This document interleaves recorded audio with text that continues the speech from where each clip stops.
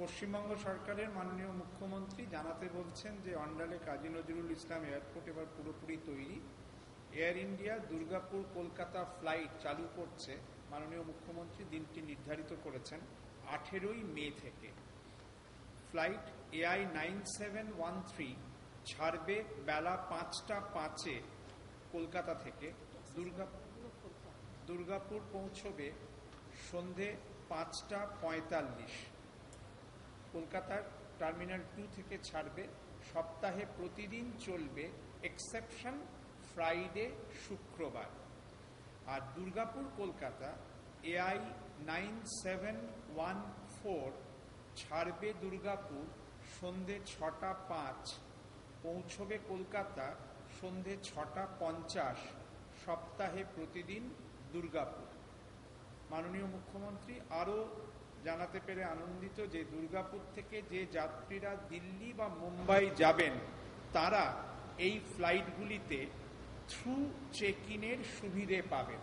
মানে boarding pass Durgapur Andal যে কাজী নজরুল ইসলাম বিমানবন্দর, সেখানে তারা বোর্ডিং পাস পেয়ে যাবেন দিল্লি বা মুম্বাইয়েরই। এবং লাগেজও কলকাতা মুম্বাই, কলকাতা দিল্লি, দিল্লি কলকাতা, মুম্বাই কলকাতার ক্ষেত্রে থ্রু হয়ে যাবে, লাগেজ থ্রু চেক ইন হবে। এয়ার ইন্ডিয়ার সঙ্গে BAPL কর্তৃপক্ষের বোঝাপড়া হয়ে গিয়েছে। আজকে মাননীয় মুখ্যমন্ত্রীর আনুষ্ঠানিক অনুমোদনের পর স্থির হয়েছে যে চুক্তি সই হবে এবার আগামী 11ই মে। BAPL কর্তৃপক্ষের তরফে তাদের যারা ইকুইটি হোল্ডার তারা এসে ওনার অনুমোদন পাওয়ার পর স্থির হয়েছে 11ই মে চুক্তি সই হবে। এভাবেই দুর্গাপুর দিল্লিতে সেই চুক্তি সই হবে। এভাবেই দুর্গাপুর, আসানসোল, রানীগঞ্জ, পাণ্ডবেশ্বর, বাঁকুড়া, পুরুলিয়া, জঙ্গলমহল, বোলপুর, শান্তিনিকেতন এলাকার বিস্তীর্ণ এলাকা সরাসরি দিল্লি মুম্বাইয়ের সঙ্গে সংযুক্ত হল। মাননীয় মুখ্যমন্ত্রী BAPL কর্তৃপক্ষকে পরামর্শ দিয়েছিলেন কয়েকটি বিশেষ সুবিধা বা ছাড়ের কথা ঘোষণা করতে। সেই অনুযায়ী স্থির হয়েছে এবং BAPL কর্তৃপক্ষ গ্রহণ করেছেন যে দুর্গাপুর থেকে কলকাতা এবং কলকাতা থেকে দুর্গাপুর প্রতিটি ফ্লাইটে নিম্নলিখিত শ্রেণীর যাত্রীরা ন্যূনতম ভাড়ার ওপর, ন্যূনতম ভাড়া হচ্ছে 2500 টাকা, তার উপর আগামী 1 বছর 25% স্পেশাল ডিসকাউন্ট পাবেন, বিশেষ ছাড়। এরা কারা যারা ছাড় পাবেন? দুর্গাপুর, আসানসোল, রানীগঞ্জ, জঙ্গলমহল এবং বোলপুর, শান্তিনিকেতন সহ সমগ্র বীরভূম জেলার সকল ছাত্রছাত্রী। তার ফলে শিল্পাঞ্চল, বিশ্বভারতী এলাকার ইঞ্জিনিয়ারিং, ম্যানেজমেন্ট সহ সকল উচ্চশিক্ষা প্রতিষ্ঠানের ছাত্রছাত্রীরা বিশেষভাবে উপকৃত হবেন। মাননীয় মুখ্যমন্ত্রীর বিশেষ পরামর্শে আরও ঠিক হয়েছে জঙ্গলমহল ব্লকগুলির সকল রোগী, all patients who require emergency transportation by flight, তারাও এইভাবে আগামী 1 বছর 25% বিশেষ ছাড় পাবেন। এরোট্রোপলিস প্রজেক্টে জমিদাতা পরিবারগুলির সহযোগিতার কথা স্মরণ করে মাননীয় মুখ্যমন্ত্রীর পরামর্শে তদুপরি স্থির হয়েছে সকল জমিদাতা পরিবারের সদস্যরাও এই আগামী 1 বছরে 25% ডিসকাউন্ট পাবেন। এরোট্রোপলিস কর্তৃপক্ষ জানাচ্ছেন রাজ্য সরকারের যে সকল আধিকারিক বা কর্মী অন্ডাল থেকে দিল্লি বা মুম্বাই যাবেন তাদেরও BAPL 25% ডিসকাউন্ট দেবে আগামী 1 বছর।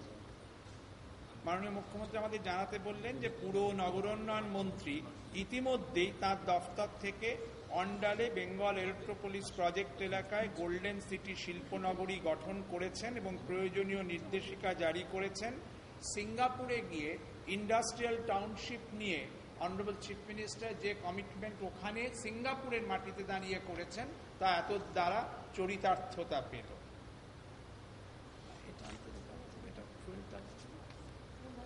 আর মাননীয় মুখ্যমন্ত্রী একটু আগেই জরুরি পরামর্শ করে নিয়েছেন অর্থ দপ্তরের সঙ্গে।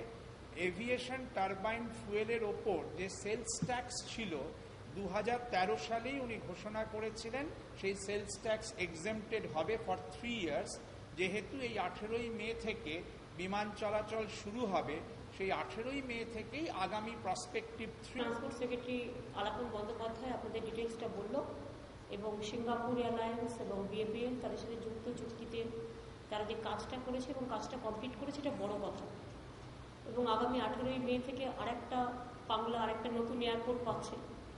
এটা বিশেষ করে বাংলার মুকুটে আরেকটা পালঙ্ক যুক্ত হচ্ছে এবং কুচবিহারটাও অপারেশনাল হচ্ছে।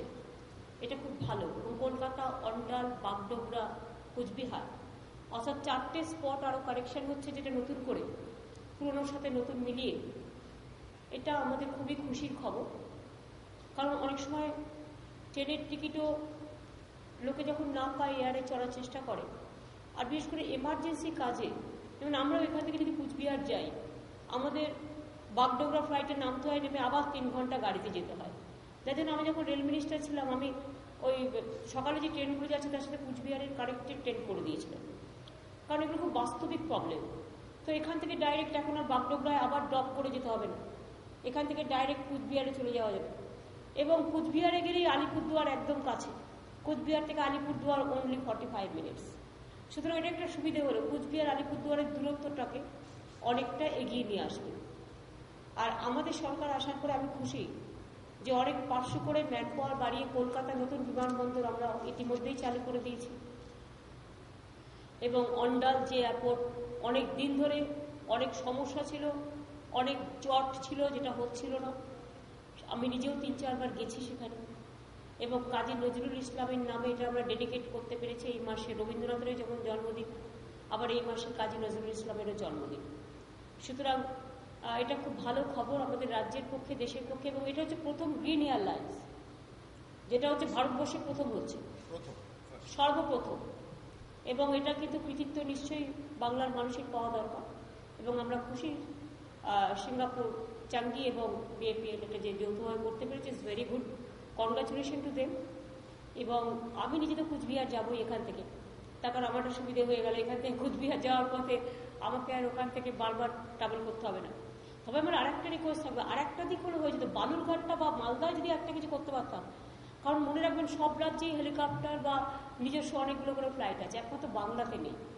ফলে বাংলাতে আমাকেও ট্রাভেল করতে 8 ঘন্টা, 10 ঘন্টা, 12 ঘন্টা, 14 ঘন্টা, অনেক দূর দূর এলাকা আছে, খুবই দূর দূর এলাকা আছে। ফলে আজকের দিনে ডিজাস্টার ম্যানেজমেন্টের হাতেও কিছু থাকা উচিত। এবং সেটা যদি আরও ভালো হয়, যদি প্রাইভেট এয়ারলাইন্স গিয়ে সেগুলো করে, তাহলে আমাদের সরকারের পক্ষে খরচা দিয়ে তো এগুলো করা সম্ভব নয়। আমাদের এমনিতেই গরিব রাজ্য, আমরা যে হেলিকপ্টার সার্ভিস চালু করেছি আপনারা জানেন, আমাদের রাজ্য সরকার থেকে সাবসিডি দেয়। এবং রাজ্য সরকারের সাবসিডি দেওয়ার জন্য 40 ঘন্টা করে মাসে আমরা পেতে পারি, আমরা নিজেরাই পেতে পারি। কিন্তু আমরা কতটা ইউজ করি? খুব কম, রেয়ার। হয়তো মাসে 1 ঘন্টা 2 ঘন্টাও হয় না, এরকম অনেক মাস যায়। সুতরাং তবু এগুলোকে চালু করতে হবে। একটা বিজনেস একদিনে দাঁড়ায় না, বিজনেসটাকে দাঁড় করাতে একটু টাইম লাগে, 2-3 বছরের প্যাকেজ করতে হয়।